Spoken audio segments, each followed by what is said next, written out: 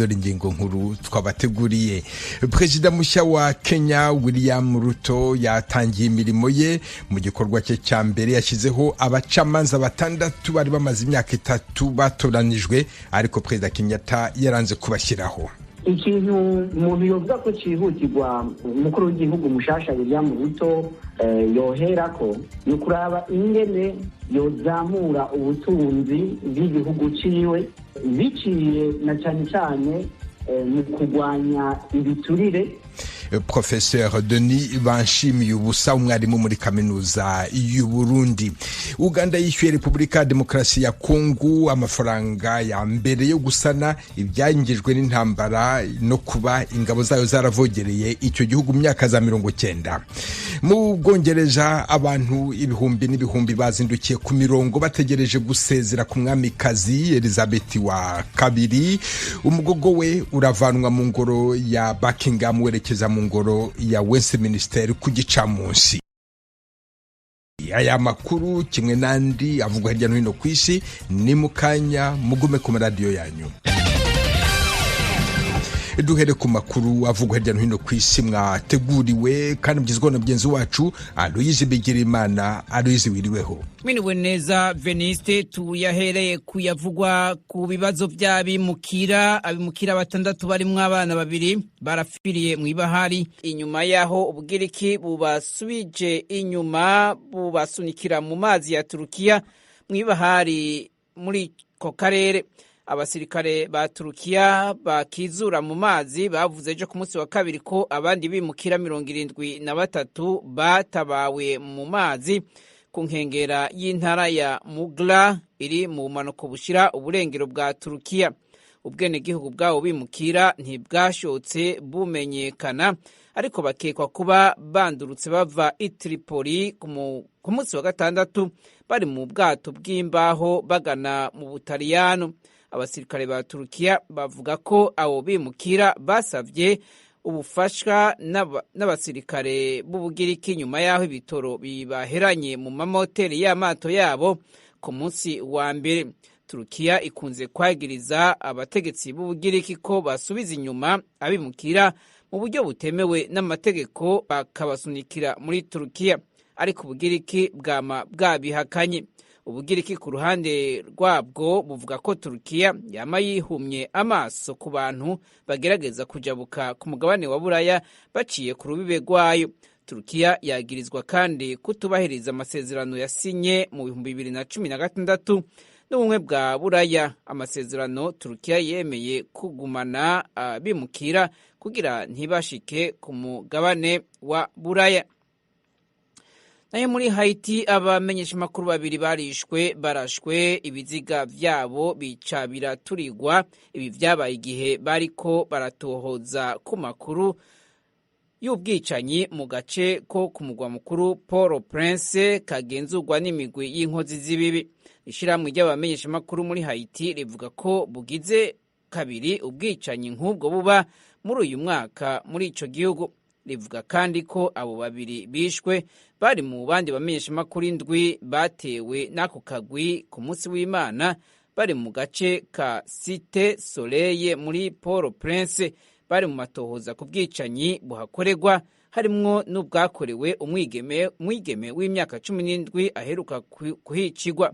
Imigwi y'abicanyi yariyongereye muri Haiti kandi igira inguvu zidasanzwe kuva ku itariki y'indwi y'ukwezi kw'indwi 2021 igihe Perezida Jovenel Moise yagandagurwa.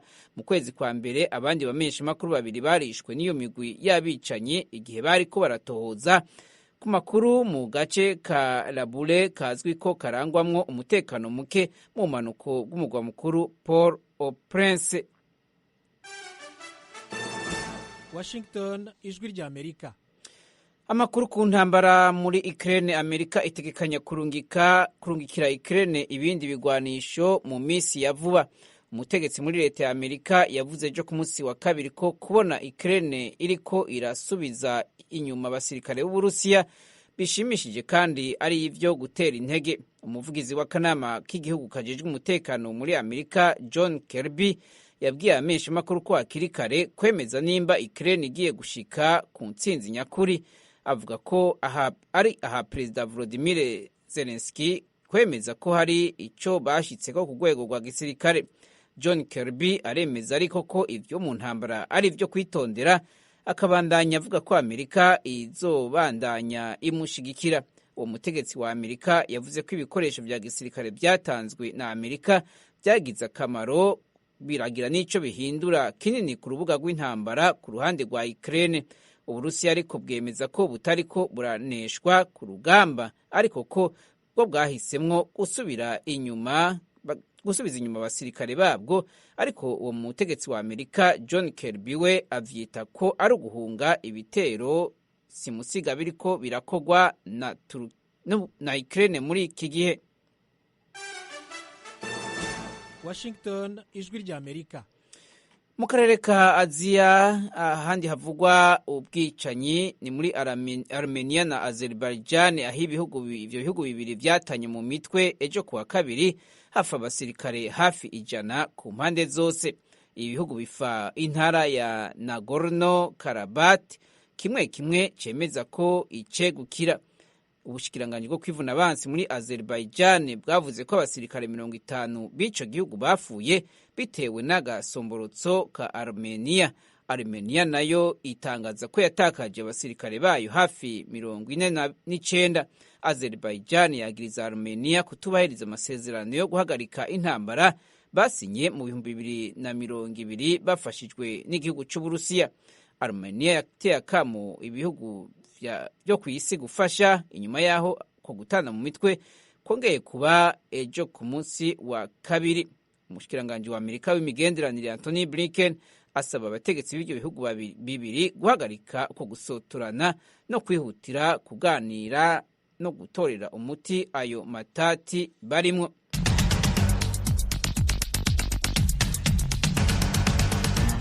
Urakoze Aloyize Bigirimana. Mukomeje kumva radio y'ijwi ry'Amerika yumvikanira kuri FM 104.3 mu Rwanda. Mu Burundi niko mirongo migufi ya shortwave kuri metero 19 na 22. Mushobora kandi kumva ibiganiro byacu muciye ku rubuga rwa internet kuri wa_radio@voa.com no ku mbuga za Instagram, YouTube na Facebook. Adresi yacu ni VOA radio yacu.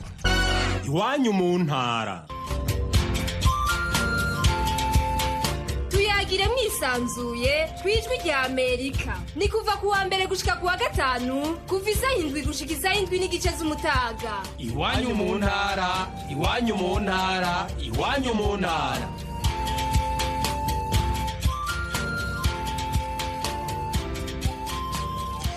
Uganda yishyuye Repubulika Demokarasi ya Kongo amafaranga ya mbere yo gusana ibyangijwe n'intambara no kuba ingabo zayo zaravogereye icyo gihugu mu myaka za 90. Hishyuwe miliyoni 65 z'amadolari. Ni igice cya mbere cyagomba gutangwa ku myaka 5 nk'uko byategetswe mu kwezi kwa kabiri n'urukiko mpuzamahanga rwa Loni. Eugene Mukankusi.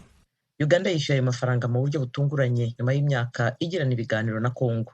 Mu ntangiriro z'uyu mwaka urwo rukiko rwategetse Uganda kwishyura Kongo indishyi ya miliyoni 325 z'amadolari yo gusana ibyangijwe mu ivogerwa ry'igihugu ryatangiye mu 1998 kugeza mu mwaka wa 2003. Hakurikijwe icyemezo cy'urukiko, Uganda izajya yishyura miliyoni 65 z'amadolari mu kwezi kwa 9 buri mwaka guhera mu mwaka wa 2022 kugeza muri 2026. Umuvugizi wa Minisiteri y'Imari wa Uganda Apollo Mhinda yabwiye ijwi rya Amerika ko amafaranga ya mbere yishyuwe ari ikimenyetso cy'uko Uganda ifite ubushake bwo kuriha umubare w'amafaranga washyizweho n'urukiko. Icyemezo cy'umucamanza w'urukiko mpuzamahanga rwa ONU Joan Donoghue cyaje nyuma y'imyaka 7 Uganda yarananiwe kwishyura cyangwa kumvikana kuri miliyari 11 z'amadolari Kongo yari yasabye impozamarira kubera intambara. Umuvugizi wa guverinoma ya Kongo Patrick Muyaya yemeje ko igice cya mbere cy'ayo mafaranga Uganda izishyura mu myaka 5 cyakiriwe. Urakoze Eugenie Mukankusi. Tukivuga kuri Repubulika ya Demokarasi ya Kongo, kuri wa kabiri umwe mu bayobozi b'abamayimayi witwa Buhirwa n'abandi barwanyi 6 bishyize mu maboko y'ingabo za Kongo zikorera mu Ruvingi muri teritwari ya Uvira mu ntara ya Kivu y'Epfo. Inkuru irambuye Vedaste Ngabo. Nk'uko bitangazwa na Lieutenant Make Longo, umuvugizi w'igisirikare cya Kongo muri secteur opérationnel Sokola de Sud Kivu, avuga yuko abagwanyi ba Mayimayi Buhirwa ko ari 6 bitanze mu gisirikare cya Kongo, barimo Byamungu Demayi Mathias wari usanzwe ari umuyobozi wungirije w'inyeshyamba za Mayimayi Buhirwa. Lieutenant Make Longo avuga yuko aba bagwanyi bishize mu maboko ya FARDC nyuma y'ubutumwa bw'umukuru w'igihugu busaba inyeshyamba zose gushira indwaro hasi. Yagize ati: 6 rebelles Maïmaï du groupe Buhirwa, avec à leur tête le nommé Byamungu Demayi Mathias, se sont rendus aux forces armées de la République démocratique du Congo avec plusieurs effets militaires. Inyeshyamba 6 za Mayimayi Buhirwa ziyobowe na Byamungu Demayi Mathias zishikirije FARDC n'ibikoresho byazo bya gisirikare. Cyakoza ku ruhande rw'umuyobozi wa société civile mu kibaya cya Rusizi, Bernard Kadogotondo, asanga ibitero by'ingabo za Kongo zimaze iminsi zigaba kuri izi nyeshyamba za Mayimayi Buhirwa ari byo byatumye zishira mu maboko ya FARDC. Yagize ati: aba bagwanyi ba Buhirwa n'abicanyi bibishaga imbunda, bicaga abantu benshi, bashimutaga abandi, banyagaga imodokari mu ibarabara rya Uvira Bukavu ndetse na Sange na Ruvunge na Runingo. Gusa bamwe mu baturage batuye mu kibaya cya Rusizi barasaba yuko nubwo aba bagwanyi bishikanye mu ngabo za Kongo bashikirizwa ubutabera bakadyozwa ibyaha bagiye bakora. Mayimayi babuhirwa bariya ni abantu badukoreye ikibi, batujanye abantu mutaruke, batujana abantu 3 mu Kirundi. Abo bantu ko ari 6 ntitwigeze tubona n'imarike zabo, batujana inka zose twari dutunze ahangaha. Buhirwa hano iwacu araza ndetse akahategera akahanyaga amamotokari. Buhirwa agasanga abantu mu mirima, Buhirwa agasanga bungeri iyo bari baragiye. Buhirwa yakoze ibintu by'amarorerwa nimba yirubuye muri leta. N'abasirikare be siwe. Abasirikare be nimba birubuye hariya. Abo ni abantu badukoreye ikibi kivugwa. Abo bantu bagomba gushirwa mu butegetsi bagashikirizwa abacamanza bagacirwa urubanza kabi. Mwomenya yuko kuva mu ntangiriro z'uyu mwaka wa 2022 kugeza uyu munsi abagwanyi barenga 50 bagumino na Mayimayi Buhirwa twigwaneho ndetse na FNL ndibo bishikanye muri Monisco nk'uko bitangaza. Vedaste Ngabo, Ijwi rya Amerika, Uvira. Bakunze baradijwe rya Amerika mutuye mu burasirazuba bwa Repubulika ya Demokarasi ya Kongo, tubararikire kujya mukurikira ibiganiro byacu ku maradiyo akurikira: Radio Communautaire La Voix de Mikeno ibunagana ni ku murongo wa FM 99 n'ibice 7, Radio Ngoma na Amani mu mujyi wa Baraka kuri FM 88 n'ibice 8, Radio Baraka FM nayo iri mu mujyi wa Baraka ku murongo wa FM 94 n'ibice 4, Radio Communautaire de la Vérité ikorera mu mujyi wa Kiwanja kuri FM 99. N'abadukurikira bari mu majyepfo ya Uganda mwakumva ibiganiro byacu kuri Radio Ijwi riyobora Voice of Muhabura ku murongo wa FM 88 n'ibice 9. Ni Radio Ijwi rya Amerika iminsi yose kuva kuwa mbere kugera ku cyumweru. Mukomeje kumva radio y'Ijwi ry'Amerika. Perezida mushya wa Kenya William Ruto yatangiye imirimo ye. Mu gikorwa cye cya mbere yashyizeho abacamanza 6 bari bamaze imyaka 3 batoranijwe, ariko Perezida Kenyatta yaranze kubashyiraho. Abo bacamanza bazarahira kuri uyu wa gatatu. Icyo cyemezo kiri mu byo William Ruto yari yaremeye gushyira mu bikorwa igihe yiyamamazaga. Professeur Denis Banshimi Ubusa wigisha muri kaminuza y'u Burundi bijyanye n'ubumenyi bwa politiki yavuganye na mugenzi wacu Fidèle Niyongabo atangira amubwira uko abona inzira yagejeje William Ruto ku butegetsi. Inzira ishikanye uyu mukuru w'igihugu mushasha ashikiriye ubutegetsi muri Kenya yabaye inzira nziza, kuko yabaye inzira iciye mu matora benshi bavuga yuko yabayemwo umuco nk'uko byahavuye byemezwa n'umugwi ujejwe amatora mu gihugu cya Kenya, bigasubira kandi bikemezwa na sentare nkuru y'igihugu uwari yarushijwe yari yituye. Uko tubibona rero ni inzira nziza, kuko niyo nzira ubu igezweho mu bijyanye no gushikira ubutegetsi, ni ukuvuga inzira iciye mu matora y'abenegihugu.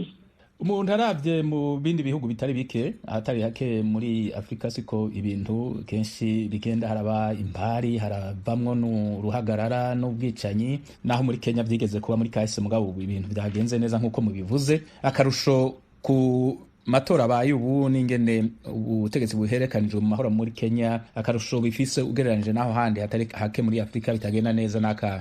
Akarusho umuntu yovuga ku bijanye n'ukuntu amatora yagenze muri Kenya bikanatuma uyu William Arap Ruto ashikira ubutegetsi uyu munsi cese, novuga yuko igihugu ca Kenya cakuye icigwa canke cakuboye ivyigwa mu matora cagiye kiracamwo mu myaka iheze, kuko nk'uko mwariko murabivuga mu 2007 harabaye imishamirano ikomeye cyane, abantu barenga 1000 barapfa, barenga 600 barata izabo barahunga.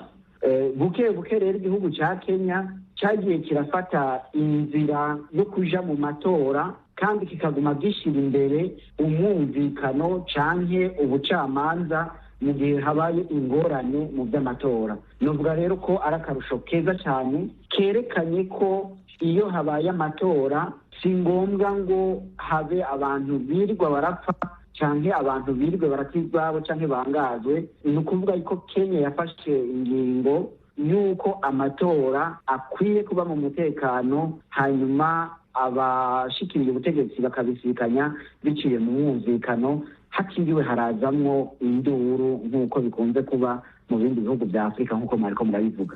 Mu kurangiza ikibazo ca nyuma, Perezida mushasha William Ruto ashitse ku butegetsi mu gihe hari ibibazo bitari bike bihanze Afrika, harimo n'igihugu ciwe ca Kenya, ibibazo vya Covid, ibibazo vy'ubushomeri bw'abakiri bato, ibibazo vy'ubutunzi muri rusangi, ibibazo by'ihindagurika ry'ibihe, uruzuba n'inkurikizi zavyo, hamwe n'ibindi bibazo bitari bike. Ikintu mubona mutegetsi mushasha William Ruto yoshimikira ko ni ikihe kugira ahangane n'ivyo bibazo? Ikintu umuntu yovuga ko cihutirwa umukuru w'igihugu mushasha William Ruto yoherako ni kuraba ingene yozamura ubutunzi bw'igihugu ciwe, biciye na cyane cyane mu kurwanya ibiturire canke inyuruzwa ry'ubutunzi bw'igihugu, kuko murazi yuko ayo mabi ariyo azingamitse ibihugu bitari bike vya Afrika. Ibihugu bitari bike vya Afrika bishobora kuba bifise n'ubutunzi bwinshi, aba ari ubutare, aba ari peteroli, aba ari amashamba y'agaciro,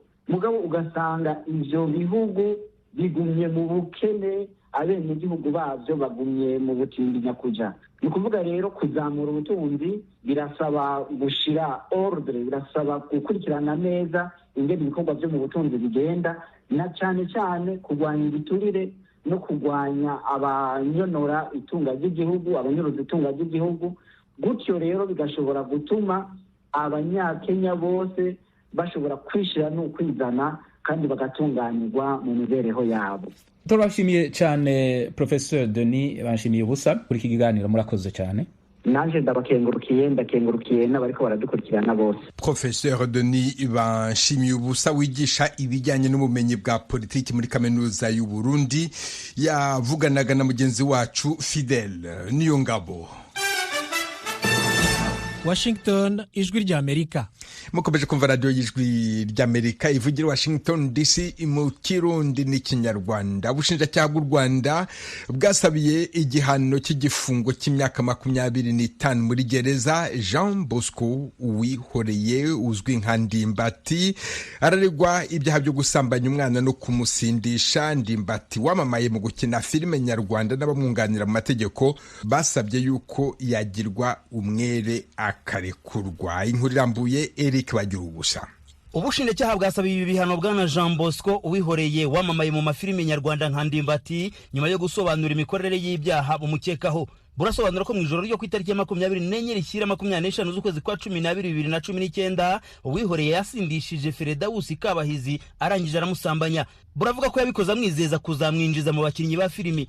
Niburanisha ryabaye mu buryo bw'ikoranabuhanga rya Skype, bwana Uwihoreye bakunze kwita Ndimbati yari muri gereza ya Nyarugenge iri Mageragere. Umunyamategeko umwunganira Irene Bayisabe ari mu cyumba cy'urukiko rwisumbuye rwa Nyarugenge. Icyumba cyari cyakubise cyuzuye, benshi mu bakurikiranaga urubanza bari biganjemo abakinanaga amafilimi na Ndimbati, abafana be ndetse n'itangazamakuru ryiganjemo iryo ku muyoboro wa YouTube. Ubushinjacyaha burega Ndimbati guha Kabahizi inzoga yitwa Marura, Bogartye yisanga yararanye na Ndimbati ahantu atazi. Burashingira ku mvugo za Kabahizi aho yakoreraga n'ababyeyi be bemeza ko yavutse mu kwezi kwa gatandatu 2002. Buvuga ko n'ifishi yo kwa muganga bakingirijeho Kabahizi igaragaza ko Ndimbati yamusambanyije atarageza imyaka y'ubukure.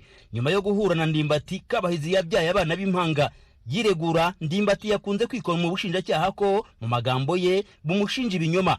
Yavuze ko ibyabaye byose bishingira ku cyo yita akagambane yakorewe. Yemera ko koko yakoranye imibonano mpuzabitsina na Kabahizi ariko yujuje imyaka y'ubukure. Ndimbati aravuga ko nyuma yo kumenya ko Kabahizi atwite yamwitayeho no kugeza abyaye, Ndimbati akemera kwiyandikishaho abana bakanabiwe. Aravuga ko hari abagiye mu matwi ya Kabahizi bakamwumvisha ko yakura miliyoni 5 z'amafaranga kuwo babyaranye, akanamutegeka kujya mukodeshereza inzu itari munsi y'ibihumbi 300. Yikomye umwe mu banyamakuru bo ku muyoboro wa YouTube ko yamuhamagaye amusaba ko yamuha miliyoni 2 kugira ngo amubikire ibanga, uregwa arabyanga. Byose Ndimbati akavuga ko bigamije kumuhindanyiriza izina. Ndimbati aravuga ko yaryamanye na Kabahizi ku itariki 2 z'ukwezi kwa gatatu 2019. Ndimbati aravuga ko amatariki aregwaho gusambanya Kabahizi yari yagiye ku Gisenyi. Umutangabuhamya ku ruhande rwa Ndimbati warugamije kwemeza ko bari kumwe ku Gisenyi, urukiko ntacyo rwamubajije. Ubushinjacyaha bwamwamaganiye kure, bwavuze ko Ndimbati mu mabazwa ye ntaho yigeze ahakana ko atari muri Kigali ku matariki aregwaho gukoraho ibyaha. Bukavuga ko icyo umutangabuhamya yabagamije ari ugushaka kuyobya urukiko. Ikindi bireguza Ndimbati n'umwunganira mu mategeko bavuga ko ku ifishi y'inkingo handitseho icyiciro cy'ubudehe umuryango we barizwamo, umudugudu aturukamo, ko yakingiwe indwara ya hepatite, kandi ibyo byose mu mwaka yavutsemo bitari byakabayeho.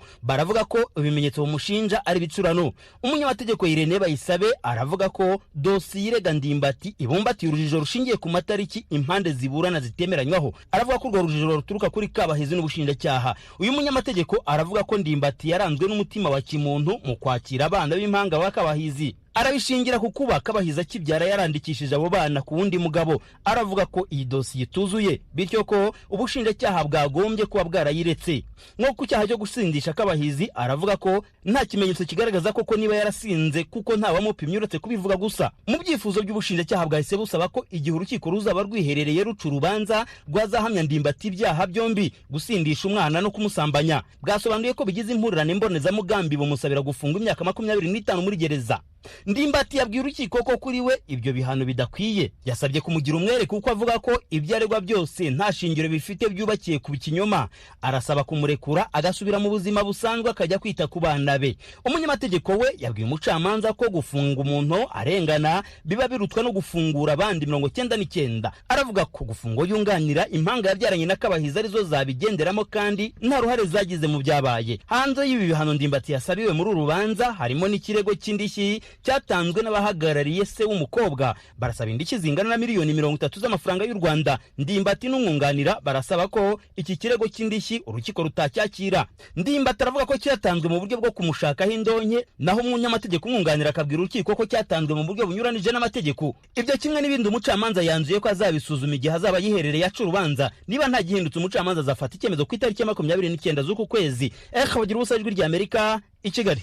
Mu Bwongereza abantu ibihumbi n'ibihumbi bazindukiye ku mirongo ku nkengero z'uruzi rwa Tamize runyura hafi y'ingoro ya Westminster aho umwamikazi Elizabeth wa kabiri ategerejwe kuri iki gicamunsi kugira ngo bashobore kumusezeraho. Umugogo w'umwamikazi uracyari umugogo ya Buckingham. Guhera kuri uyu wa kane abaturage bazashobora kumusezeraho mu ngoro ya Westminster mu gihe cy'iminsi 4 mbere yo gutabarizwa ku wa mbere w'icyumweru gitaha. Umuhango uzitabirwa n'abakuru b'ibihugu, abaza leta, abami n'ibikomangoma. Mu bakuru b'ibihugu bategerejwe harimo uwa leta zunze ubumwe za Amerika Joe Biden. mukomeje kumva radiyo y'ijwi ry'Amerika ivugira Washington DC mu Kirundi n'Ikinyarwanda. N'umwanya w'ikiganiro Americana kibanda ku byaranze Amerika mu bihe byahise n'ibihe tugezemo. Ikiganiro mugezwaho na Toma Kamirindi.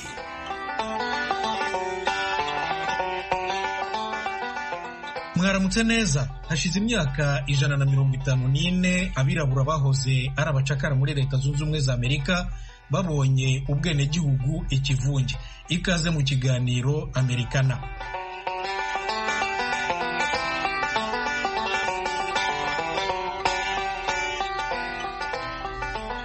Mu 1868 ivugurura rya 14 ry'itegeko nshinga rya Leta Zunze Ubumwe za Amerika ryaremejwe burundu. Rikemura cyane cyane ibibazo bikomeye by'ubwenegihugu byari mu gihugu icyo gihe.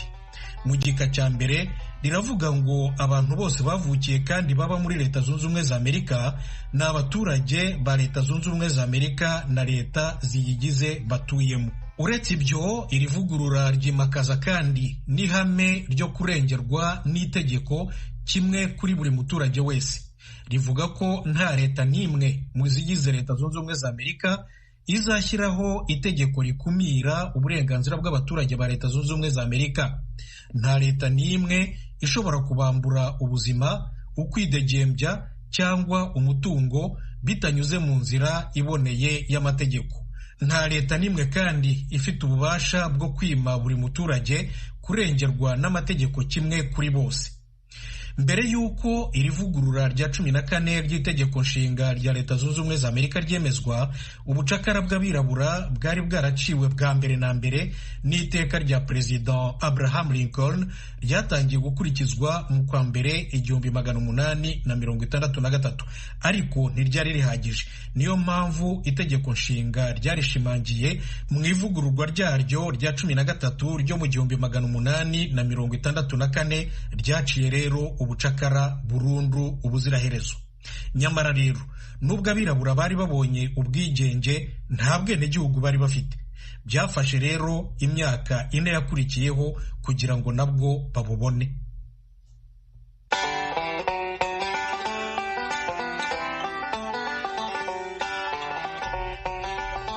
Ijwi rya Amerika. Mu gihe ubucakara bwacikaga burundu, abazungu barimo n'abategetsi ba Leta Zunze Ubumwe za Amerika ubwabo bari bafite ihurizo riremereye. Ntibiyumvishe ukuntu bashobora kubana n'abirabura mu gihugu. Kubohereza mu mahanga se hehe se? Mu rwego rwo gushaka ibisubizo by'ibi bibazo, amezi 3 mbere y'uko aca iteka rikuraho ubucakara, Perezida Lincoln yakoze ikintu kitari cyarigeze kibaho na rimwe mu mateka ya Leta Zunze Ubumwe za Amerika. Yakira ku itariki ya 14 y'ukwa munani 1862 muri Maison Blanche abari bahagarariye abirabura bavaga mu bucakara. Bose bari abapasitoro b'amatorero atandukanye. Nibo birabura bazwi neza mu mateka bakandagiye mu ngoro y'umukuru w'igihugu bwa mbere na mbere. Ariko si ku bundi bugwaneza yabakiriye. Yashakaga gusa kubagezaho igitekerezo cyo kohereza abirabura bagendaga bava mu bucakara mu mahanga guturayo burundu no gushingayo za koloni. Mu bihugu yababwiye harimo icyaje kuba Liberia muri Afurika, Haiti mu birwa bya Caraïbes na Panama muri Amerika y'Epfo. Liberia niyo yaje gutoranywa. Yari isanzwe imaze imyaka nka 50 yakira bamwe mu birabura bo muri Leta Zunze Ubumwe za Amerika bagendaga bava mu bucakara. Koko rero kuva mu 1816 umuryango udaharanira inyungu witwaga American Colonization Society wari waratangiye kubashakira koloni ku nkengero z'inyanja ya Atlantika muri Afurika y'Uburengerazuba, ukagenda buhoro buhoro ugura ubutaka n'ingoma zaho z'icyo gihe ukabajyanayo. Izo koloni nizo zaje gukora igihugu kimwe cyitwa Liberia tuzi muri iki gihe.